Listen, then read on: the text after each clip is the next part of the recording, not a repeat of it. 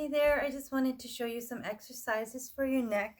We're going to start off slow today. So the number one thing though is the way you look at your phone, the way you are looking at your screen. I think you're on your phone a lot, as I am, so getting a lot of neck pain, leading to headaches and upper shoulder traps, kind of triangular muscle that there's kind of spreads from outward inward to the neck. So it goes up the neck and then down. Um, and yeah, we want to look at the phone kind of head on, our eyes head on. So how do we do that? Well, if we have a phone stand, great. But if you're reading something, I try to, prop my arm up with pillows or something like that. I don't know if you can see. So I'll put the block or the prop on my lap and then I'll look like this. Otherwise, you do a straight bend to reach, to lean over and look at something. It can get tricky and it's really easy to get that head kind of loosely moving forward like this. So when you get that forward head carriage, the whole weight of your neck is pulling, the whole weight of your head, is pulling on all of these muscles here, down your back. It's pulling up on your lower back, on your pelvis. Yeah. So just, just working on trying to get the habit of looking up, which is difficult. And I understand that.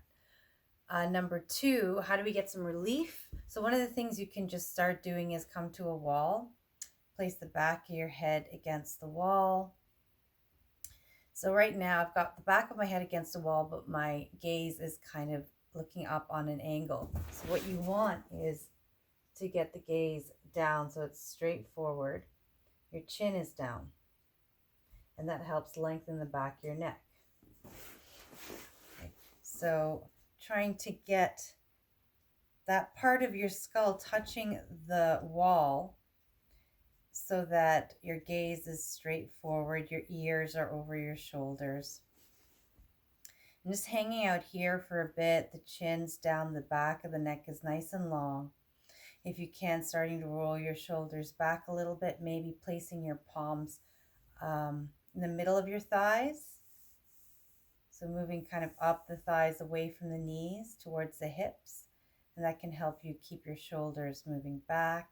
Maybe your elbows touching the wall. It's a very awkward pose. Just staying here and breathing. Slowing down your exhales. And feeling your shoulders melting downwards with each exhale. Okay, taking deep, full breaths in. Slowly letting the air out.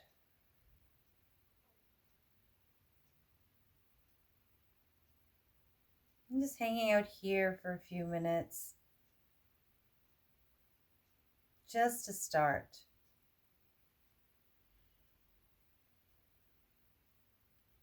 Just to start counteracting some of the forward head carriage habits and actions that we do on a daily basis.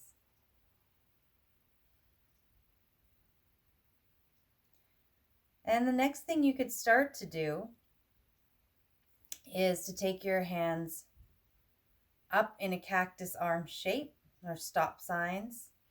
And if this elbow shoulder height is too high, you can lower it a little bit. You want to try to get the elbows touching the wall as much as possible. Want to try to get the shoulder blades touching the wall. And again, that same part of the back of the head. So your gaze is straight forward, your chin is down. You want to get used to that feeling. Because even when you're lying down on your back, you want to have that feeling of long back neck, chin down a little bit. So from here, you can stay here. Breathe in. Breathe out. Soften your shoulders. They might want to go up like this. Soften them down. Breath by breath. One way you can soften, slow down your exhale is to breathe in and then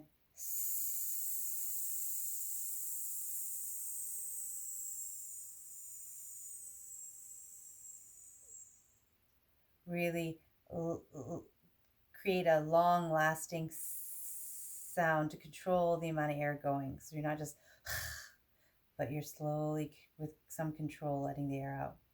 And from here, you can do a number of things. You can turn the head one direction, back to center, breathe in, breathe out, turn the head in the other direction, breathe in, center, and breathe out. Back to center and relax the arms.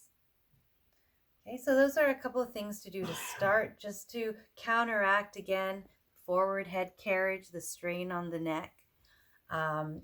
Start with the phone, build that habit, then move to getting the posture, getting the back of the head, feeling what that's like. So eventually you can carry that forward in your regular day, that posture. And then after a while, after a few days of getting used to not only sitting like this, but finding the time to do this, maybe you can get the boys to do it with you, then taking your arms up like this. Okay, after a while, maybe doing the head nods. Okay, so let me know how this goes and what you're feeling, what's challenging.